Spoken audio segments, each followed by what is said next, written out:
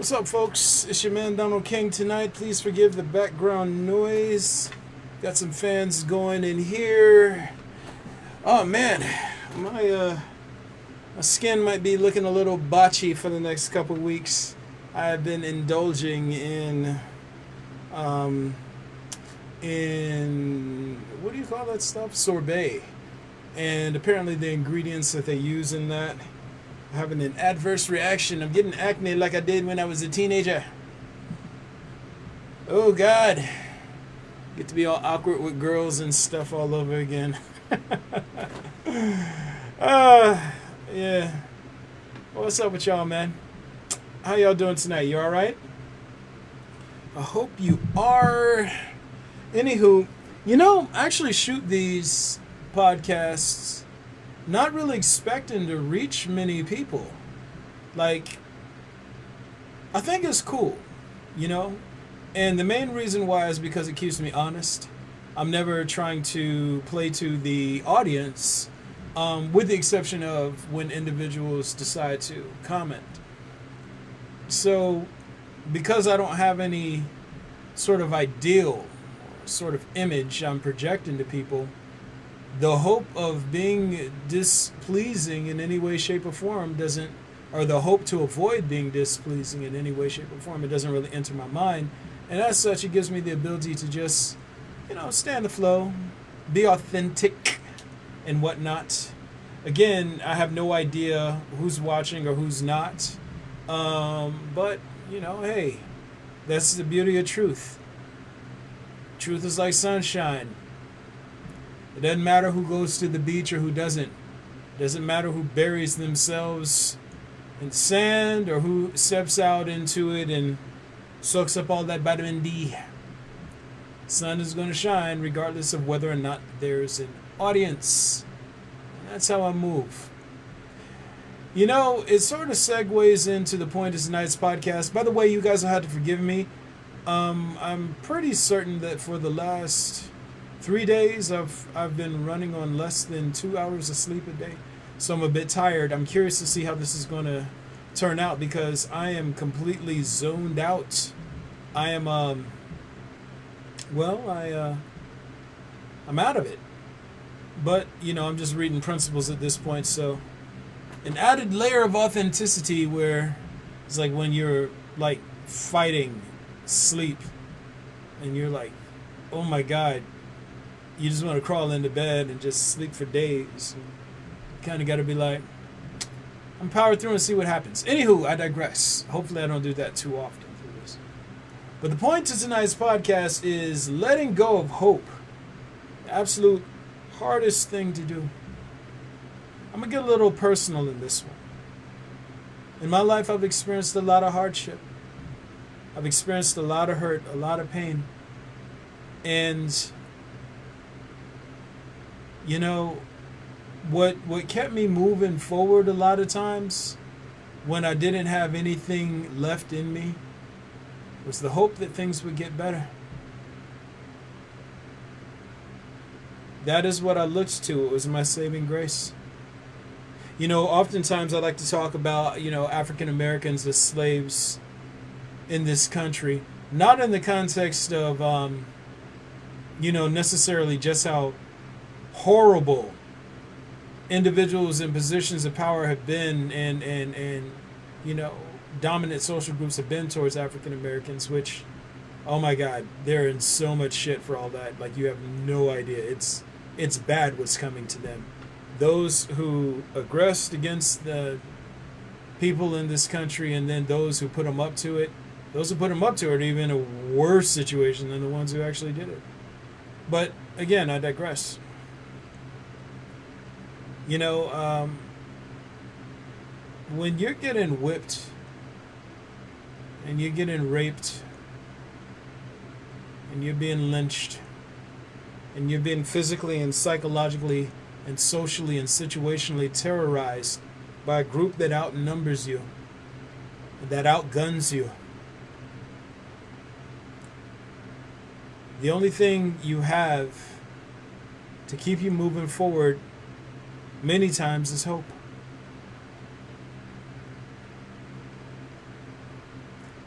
Black people got taught to slave for society here, and that they would get their reward in heaven. So much of Christianity, especially with respect to black people and their affinity for it and standing by it, even though it was used to subjugate and exploit them, is based in hope. That's what faith is. Faith is hope. Faith is hope.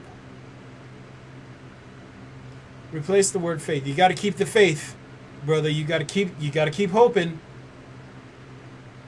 And through the years, through no fault of their own, they've come to replace God and even Jesus with this concept of hope.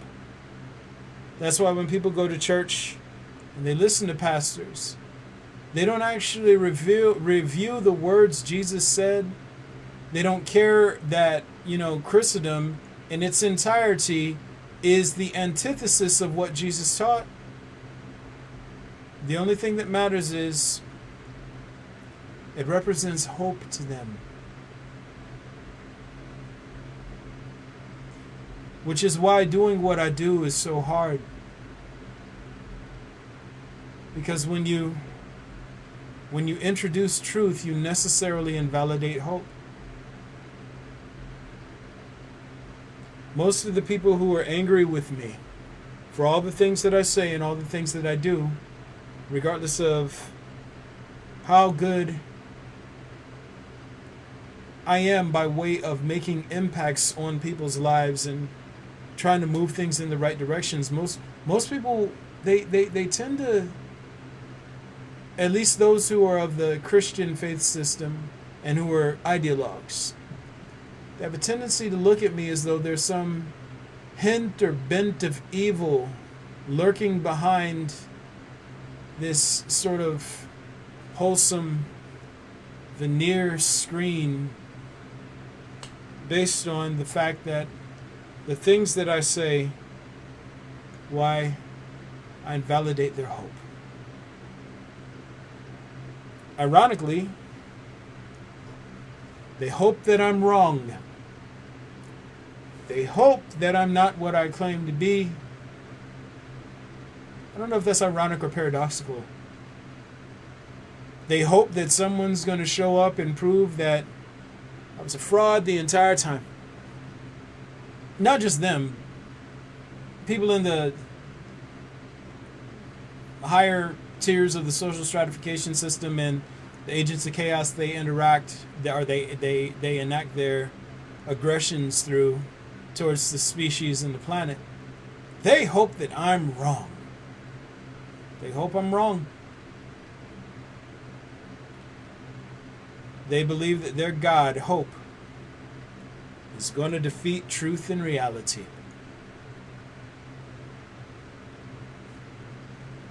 Unfortunately, it doesn't work that way. I've said this on several occasions. If there was some way for me to be wrong, and for everybody to be able to cling to their hope, I'd take it in a heartbeat. I don't mind a little egg on my face if it meant that I didn't have to take away this one tool for survival that for many people it's all they have.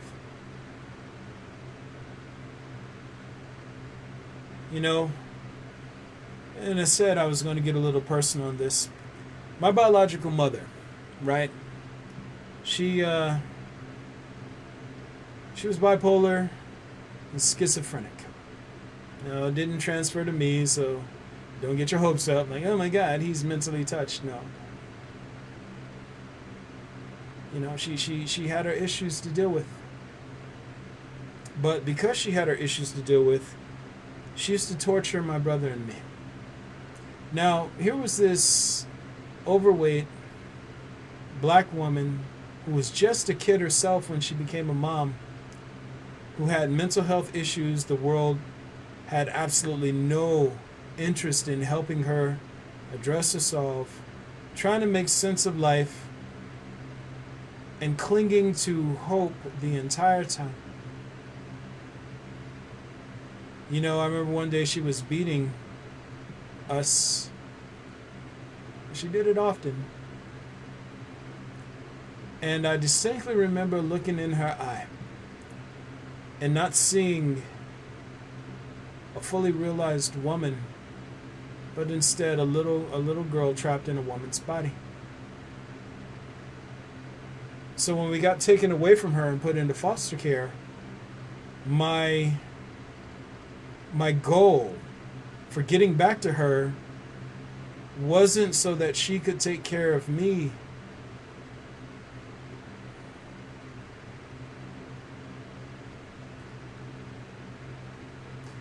I wanted to get back to her so I could take care of her.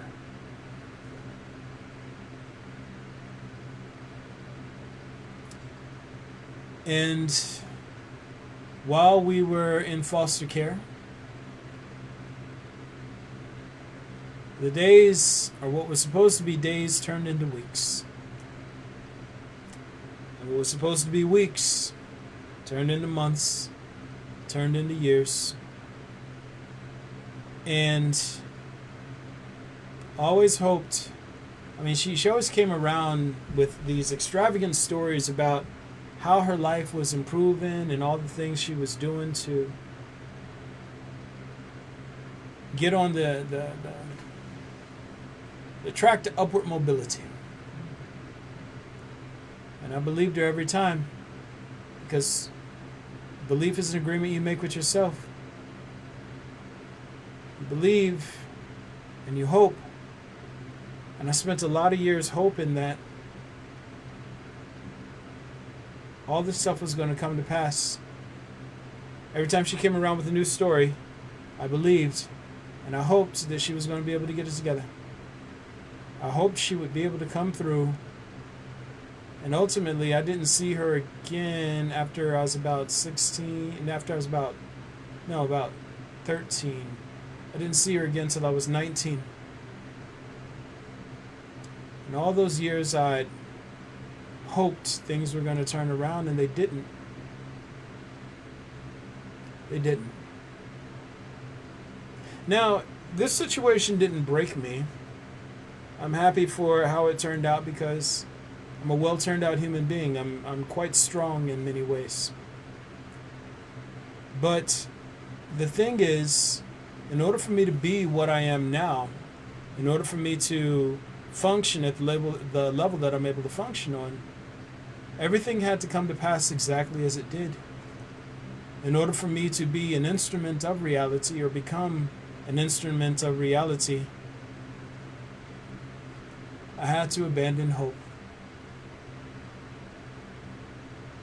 Just last year, I went through a divorce with a woman I loved dearly. Unfortunately, there were some issues, there were some traumas there, some things that, even literally being a meta being, I was unable to affect. You know what it's like to have all the mental power in the world and not be able to do the one thing you want to do with it? As the situation continued to deteriorate, and I kept applying all of my effort to just adapt into whatever it took to keep my family unit together, I had to reach a point where I resigned to let go of hope. I kept hoping that it was going to come back together. I kept hoping. And the thing is, if you cling to hope too long, you're going to lose sight of reality. Reality is where reasoning is. It's where truth is. It's where honesty is. It's where intuition is. And a lot of times, hope tends to bind us to ideals. And those ideals, why they don't mesh with reality, do they? I've experienced a lot of loss in this life. And don't get me wrong, I'm not broken by it. I'm still here. I'm still present of mind. But when we lose things, it hurts. And I think all of us are just tired of hurting. We want some reprieve. We just want a breather. Even at the top of society, the aggressive parasites who are doing the most to be the worst because they are trying to protect their own interests, ironically to their detriment. They're doing it because they're scared. You see, I don't know if they watch my stuff directly. I don't know. I don't know if they are afraid to see it and they just have select members of their intelligence agencies review and make, I don't know, fucking cliff notes of things that may or may not be relevant to what they want to know. But at the end of the day, what I am is known. They understand what I am. They know what I am. There's a very good possibility they identified me before I knew what I was. You know, something that I can say is that I think that they thought the context of the board, the game they're trying to play on, was a lot smaller than it is. I'm pretty sure they didn't know its scale to the level of reality. And as such, well, you know, they have a lot of time, energy, and effort invested into these big plans. They watch these sort of events play out through the course of many generations. They applied a type of pressure here, got a result here, and made agreements with themselves that this is how things work in reality. Problem is, when you base ideals for the grand system of reality on your ability to impose will onto a relatively dumb species, why, you miscalculate every time. So now that they realize they're not up just against a function of the body of the planet or a function of the body of the universe even, but a function of reality itself. It's a completely different game. Now, they can cling to hope that working their game plan is going to ultimately pay off in the grand scheme of things, but if they've even remotely paid attention to me for a few seconds, they realize that they are part of a defunct life form, parasitic twin, and that the system of reality itself is about to call a freeze, and, well, bond the parasitic twin to the thing the universe has been burrowing into, transforming, cannibalizing, etc. Is there a hope? Is there hope that I might be wrong? There's always hope. What is the likelihood of me being off, though? What's the likelihood of me being mentally or emotionally defective? It's pretty slim. But if you cling to hope,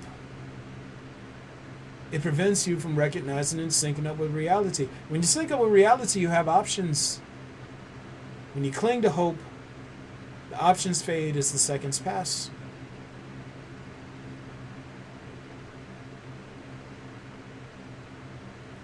At a certain point, you have to abandon hope. Now, you know what's really ironic? I was raised as a Jehovah's Witness. I've mentioned this on several occasions, right? I was raised as a Jehovah's Witness, and because I didn't like that faith system, why, I fancied myself an atheist after I separated myself from the belief system. And when I actually went to the state condition humans refer to as heaven, when I actually went to heaven, and I'm in the presence of this entity I spent nearly a decade of my life talking shit about. Every time I recalled the experience shortly after it happened, I hoped that I was crazy. I clung to my hope that I was right about evolution and atheism.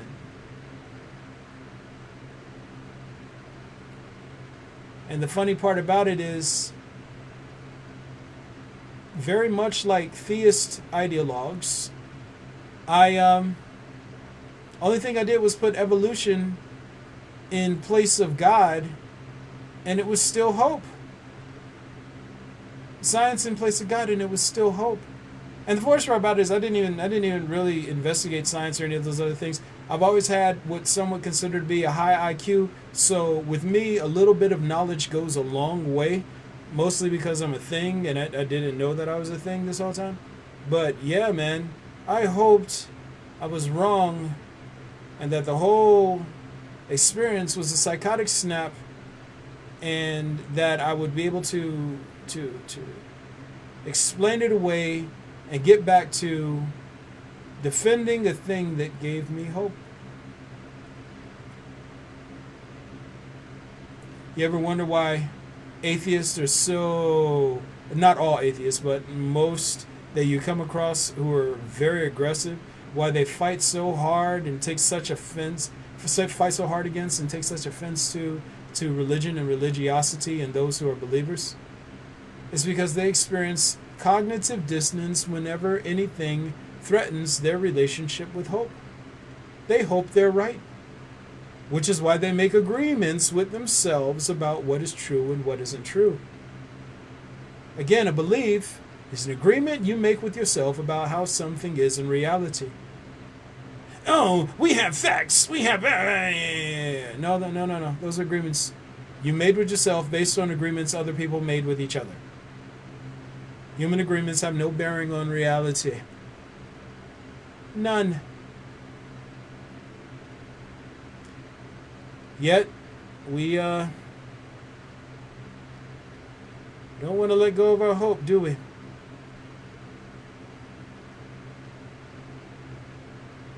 You know, last year I lost a romantic relationship with someone who I considered to be one of my very best friends in the entire world. Loved this person to death. Very hopeful about how that was going to come to pass. But in the midst of, I guess, us dissolving, I had to face the fact that it's like, I was hoping things could rebound at a certain point. And that when I realized that I was sort of clinging to ideas, that's when I was just like, I had to make a clean mix. Because, again, hope divorces you from reality.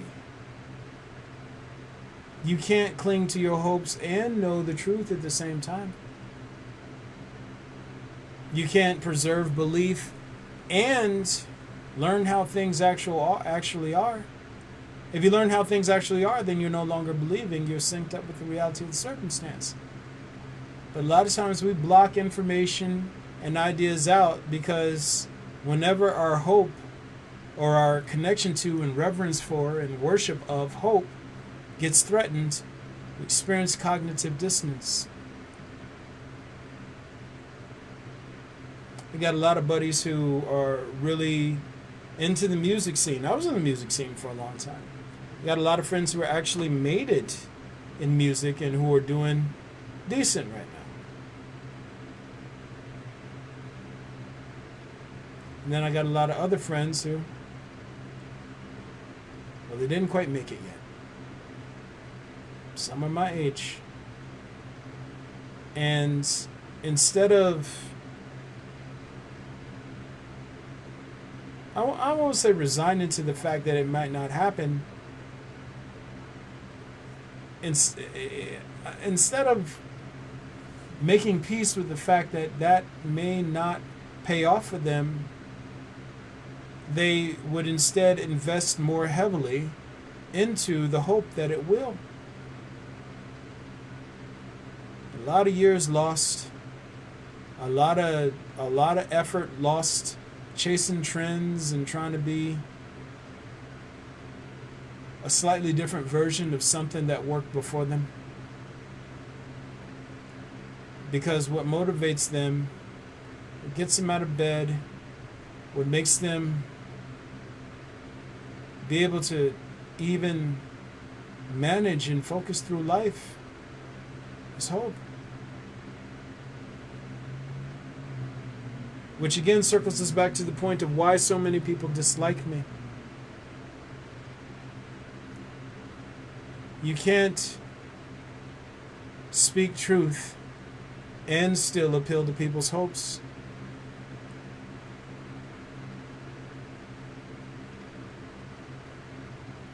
Think of it like this. Imagine you're a beautiful woman.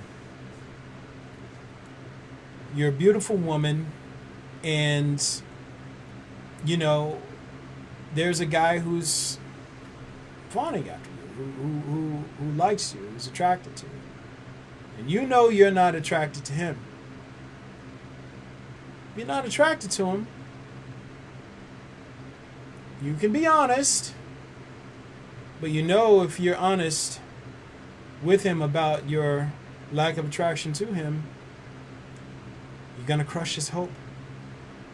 If you crush his hope, you know you're going to cause him to experience cognitive dissonance in the form of aggression, which will ultimately lead to depression because you're psychologically damaging him. But the thing is, you don't get to be honest and keep his hope intact. Now you could be an asshole, like some people try to do with the friend zone, and you could try to exploit his hope. Ooh, I'm so glad that I touched on that, because that's what society does. It exploits hope. But circle back to my point. If you're an asshole, then yeah, you want to get over on this person. You want to sell them hope. You want to pay them in hope. And in exchange for the hope you offer, why? You get their slavery. You get their servitude. But that's how it works in society in general. A lot of people, especially when it comes to dealing with racial tension in America, I don't think enough people pity white people enough.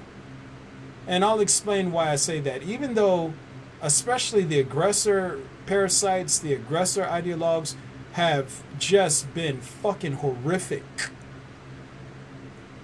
American society has sold them hope. It sold them hope.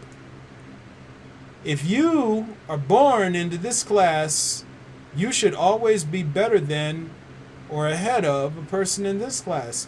It's written into the subtext of the American narrative, the cultural narrative.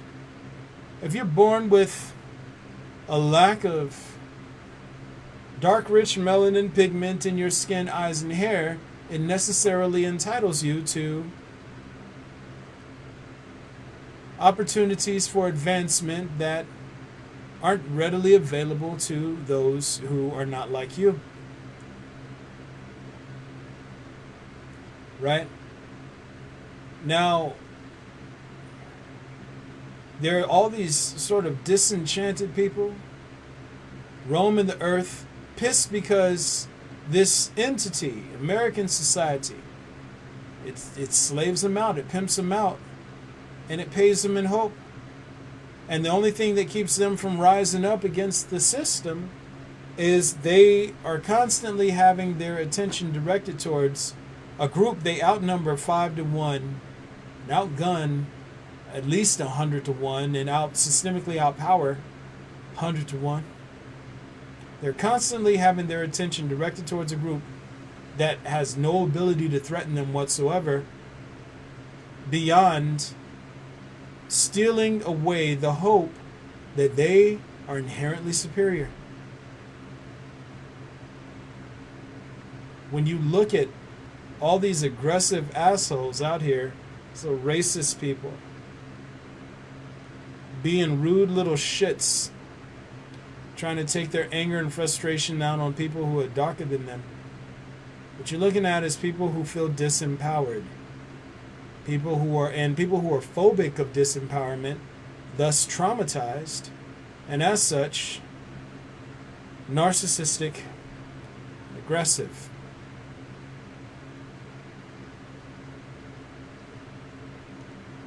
They were given this hope by a system that never made good on its promise. The only thing it gave them, not even like, hey, if you just work, this is how the American society works. If you just work hard, then it's like you'll be successful. And there are a lot of people out here who work extremely hard. There are a lot of white people out here who work extremely hard, who have perceivable systemic advantages over their darker counterparts who are still living hand to mouth. Who are still living hand to mouth. This promise, this hope, it was a void check. It was a bounced check. It wasn't even written on a fucking piece of legal tender. Is that what a check is? I think it was sketched on a napkin. And they went to go and cash it in. Oh, that's the wrong color napkin. They got gypped, and they're angry. But they keep getting their anger and frustration directed for the anger and frustration they rightfully feel for getting gypped by a system. They keep getting that focused onto a small population who they already outpower because they just want the right to take their anger and frustrations out on somebody. I get it. Watch my So Racist video if you haven't seen it. But yeah, I get it. I get it.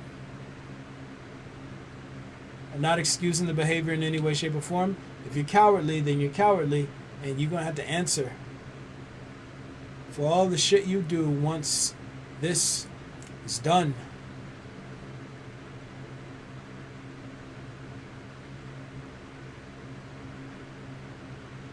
Every single negative impact you make, you will answer for.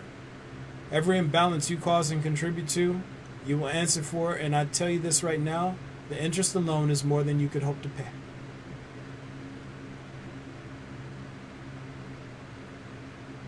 But I was going through the parking lot earlier today at Kroger's, and I looked at all these shopping carts just left in these parking spaces. All these shopping carts in these parking spaces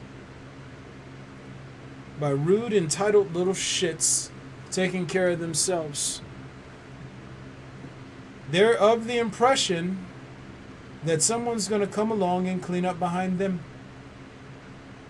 At least they hope someone will. Which is the darker side of hope. Hope leads to entitlement. It's cashing. Entitlement is, for all intents and purposes, spending money you don't have because you expect it.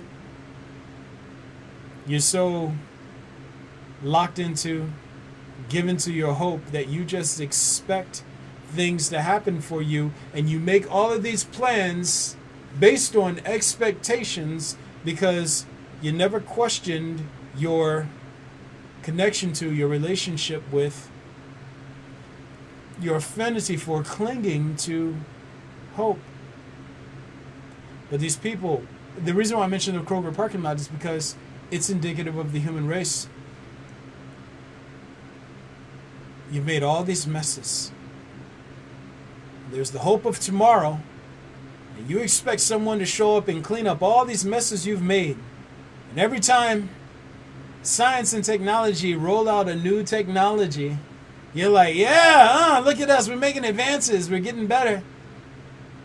I'm hopeful for the future. And in being hopeful for the future, you're ignorant of today. You're ignorant of the messes you make. Even worse, you're oblivious to all the ways in which you can reverse the negative impacts you've made on the world because you're lost in hope. You're lost in idealism. Imagine coming home and your significant other has a bunch of clothes strewn on the floor. 2 pairs of clothes, 2 pairs of shoes. You go over to the bedroom door and you hear loud moaning. Oh God, yes. Now, if you're not brave enough to open that door, you can cling to the hope that maybe it's just a repair person there trying to fix a problem, and maybe there's a porno playing in the background. Just, it might have been the remote control, might have, whatever. That's what you can do when you make agreements with yourself, when you cling to belief, when you cling to hope. You can hope that nothing awry is going on.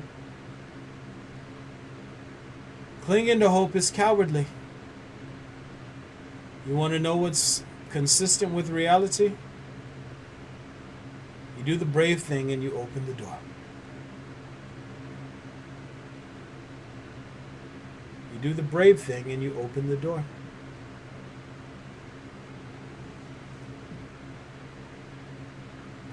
Maybe you see something you don't want to see. Maybe you see something that's going to cause you a great deal of hurt and make you question a lot of things. Maybe you're going to see something that's going to make you experience high levels of insecurity and uncertainty and really trigger your fear of abandonment. Maybe. Probably a good likelihood. Does that mean that you should be able to deny opening that door so that you can cling to your hope that maybe it isn't real? It's not the wisest move. Certainly not the wisest move.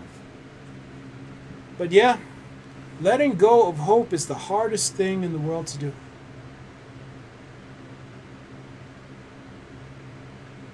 I've had to let go of hope a lot of times in my life. Like even now, I'm having to let go of hope on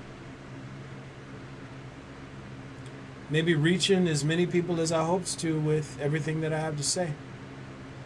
You know, when you find out that you're this thing I purport to be, again, I'm not trying to sell you on that. When you find out that you're this thing, you sort of expect people, but it's mostly because you understand the significance of it. You're kind of like, yo, people are going to be mad excited to know all the stuff that I have to share. This is stuff that they've been toiling over for centuries. Like, y'all, I see how the stuff fits together, and I can get to the end product without having to go through all of your steps to get there, and I can just give you the solution as opposed to only providing you with the next step in your evolution towards the solution, which, like, again, if you guys are measuring what the solution is in the grand scheme of things, let's say the solution is up here. You guys want the next answer to the next step. That's a bad move. Like, you know, skip steps 1 to 100. Go straight to 100 if you can. So I'm expecting everybody to be like, yo, he's here. Hey, we've been waiting on this dude, man. What's up with you, bro? What's good? Hey, we need you in our life. And every week I show up doing the work, putting it out there, letting this message, if that's what you call it, be heard. I do my part. The thing that I've had to learn is it's not my place to hope with respect to what the outcome will be. Like, if you guys who are down here on the social level I perform on are having trouble sort of making sense of and coming to peace with, you know, me being what I claim to be and all the things that that entails. And what do you think that means for people at the top of society who have accumulated unfathomable amounts of shit that have so much to lose? Why, they dislike me even more. I get in the way of their hopes, but I invalidate the hope that they are good and essential on some level. So if you dislike me, they hate me. You fear me for no reason whatsoever. But honestly hoped that y'all as a species would be braver. I hope that you would be honest and you would step forward and we could have the conversations. Not trying to convince you of anything, just explain principles according to how I see them. Start a dialogue. I absolutely promise you that I'm going to make sense. You've watched me make sense this entire time. When it comes to performance, there's no need for hope, at least in the way of mental performance. Physical performance, a little easier to glitch with that. But yeah, letting go of hope is hard. Feeling averse towards and angry towards things that invalidate hope, things that cause you to experience cognitive dissonance and or which sort of threaten your inner story. It makes sense. And I liken it again to my experience losing my mom. Not even to death, just the circumstance. I clung to hope for a long time, and anytime someone would be like, man, you just need to give it up, I got angry. I got mad. She's gonna get it together, you'll see.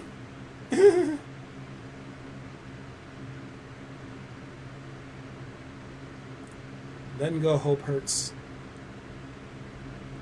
But in order to sync up with reality, you kind of have to.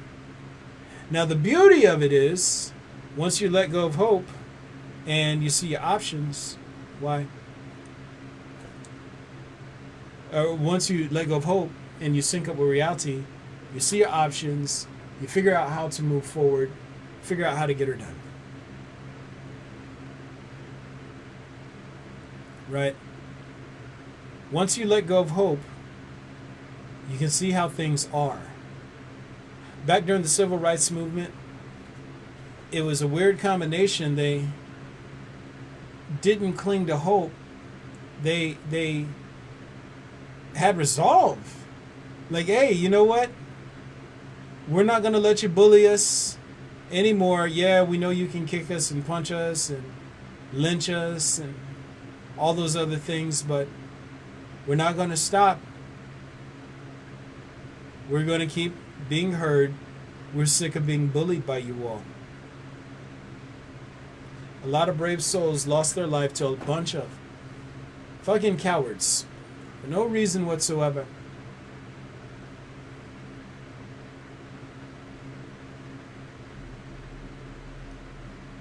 But they weren't driven by hope.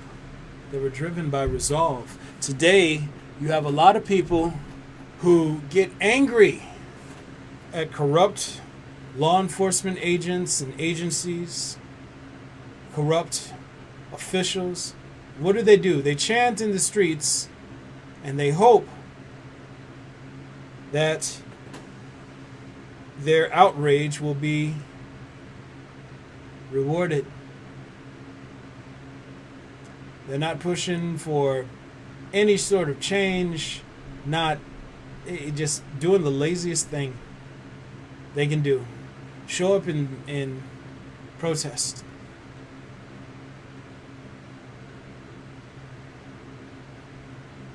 Not even like the protests of old either, because they protested during the civil rights too, but they were sinners. They were like real, and I guess it's a little bit different. It's a different social landscape too, so it's a lot.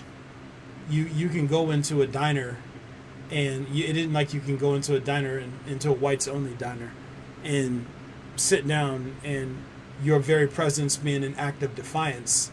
Now you can go places. There's like inclusion, so you can't do the same types of things that you did back in the past.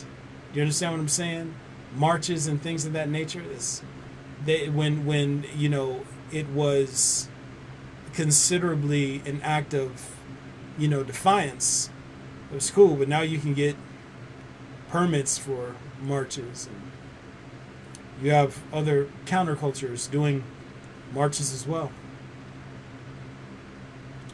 It's a different landscape, and people just want to paint by the numbers and do what seemed like it worked before without being conscientious of the new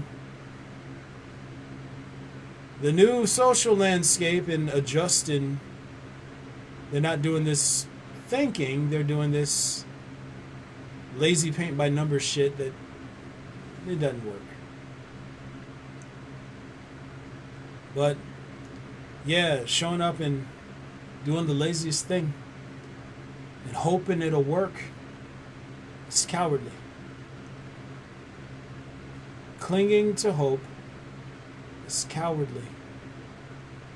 Now, does that mean you have to abandon all hope? No. You don't have to abandon all hope. Just don't worship it, and don't allow it to do mental labor for you. Be conscientious, cognizant. Yeah, man. It's a rough one. I think I'm going to cut this one a little bit short, but I think I made the point clear. Oh my God, I'm so tired. I wonder how this one turned out. You know what's really weird? Some days when I think that I'm spot on with my podcast, I'll go back and I'm looking at it, I'm like, ugh. And then days when I think that it's like I just butchered it, I'll go in and I'm like, oh, again, I didn't do too bad. It's wild. Yeah, man. But anyway, guys, you know what it is. It's your man Donald King. This is Sorting and Sourcing Principles. I don't even know what podcast episode I'm on right now. I think it's like 82 or something like that. I really do need to fly all the new ones over to YouTube. Speaking of which, you guys can find me on YouTube at Donald King. I fly all this content over there, and so far there are like 78 podcasts there right now, and then I have like anywhere between 6 to 8 to upload. I think 6. I shoot these Mondays and Wednesdays on Facebook Live, as you can see. Guys, I'm on Instagram as well. I'm Avatar Cycle XIII. This is Avatar Cycle 13. And also, I post content to Medium. Share stories, parables, frames, all these other things. They're meant to help make principles of reality digestible and conceivable. So you're not like, oh man, he's talking crazy. No, I'm trying to bring, as my man Levi would say, I put these cookies on the bottom shelf, right? But cool, man. By the way, do I got anybody out in the audience tonight? Anybody watching? No? I'm just giving you a shout out if you are. I never know when Facebook is being funny or whatnot. And then again, also, I know that it's like a lot of things I've been saying these days are a little bit, it's going to probably rub people the wrong way. I know a lot of people are in their feelings about me saying, hey, don't be an asshole and only, operative word being only, come along and try to like my posts when it gives you an opportunity to be disruptive or aggressive. Because if you do that, you're demonstrating to me that you have aggressive feelings towards me. And if you have aggressive feelings towards me, why, I got to get rid of you because, well, I can pretty much count on you always doing something to try to undermine or be subversive. It's like Jesus, he kicked it with Judas and he hung out with Judas. This time, I'm cutting ties with Judas. Period. Like, if you're trying to be subversive, if you're trying to be a jackass and the only thing you want to do is be sort of a contrarian towards me and aggressive towards me, I'm nipping it in the bud. Guys, if you get any sort of appreciation out of what I do and you want to just bless your boy with a little bit of love, you can always cash app your boy. at Donniekang, DonnieKang. Also, you can join the Patreon family. I am Avatar XIII. That's Avatar Cycle 13. Proceeds go to building this up to a larger platform. Again, I can even say I hope to reach as many people as I can before I'm out of this body, but I'm not completely married to that hope. If it comes to pass that way, that's awesome.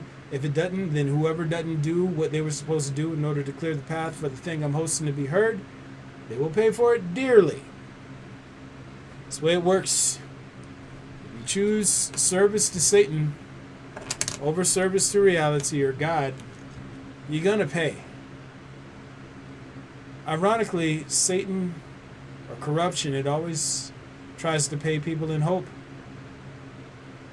If you ever look at movies and you look at their characterizations of the devil, what does the devil always do? It shows up and it appeals to people's vanity. It appeals to their desires, their wishes, and their hopes.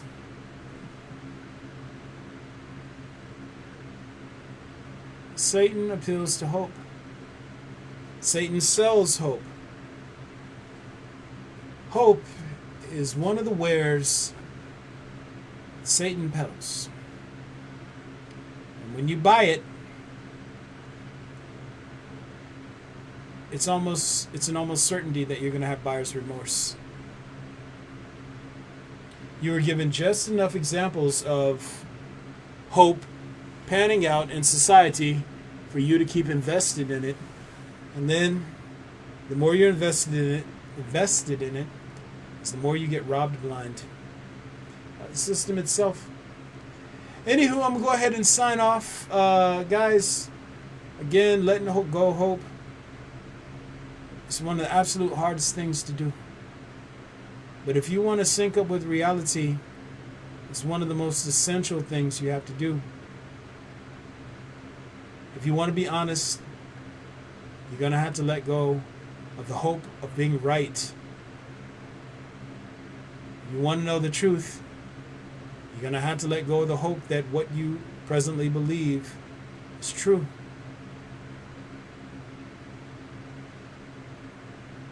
The beauty is, when you reach a point of understanding, faith is no longer required. When you're operating from a space of understanding, hope is no longer required. Then there's just action and adaptation, endurance.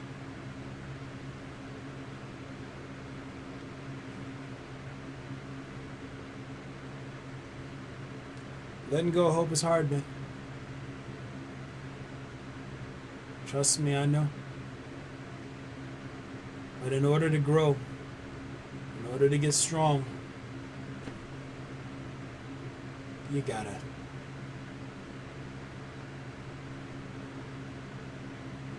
I know it's easy to worship hope and call it God. I know it's easy to worship hope and call it Jesus. And even easier to bark at people who tell you to let go of hope. Kind of like during the last election cycle, or the election cycle before last, when the powers that be put Trump in charge, and everybody was hoping that there would be a recount, and hoping he would get caught for collusion, and hoping he would get impeached, and hoping he would go to jail.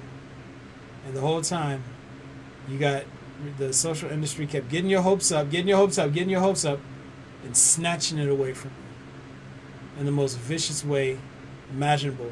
Again, the assholes who've done all of this aggression in the world right now, they are in so much shit. I even had to let go of the hope that society will, not society, but reality will step in and just crush them and for everyone to see. I had to let go of the hope of vengeance. I had to let go of the hope for vengeance. That's one of the hardest things to let go of hope for. I had to let go of the hope for comeuppance. Letting go of hope in all its forms, it's hard, man. It's hard. It's the only way you grow.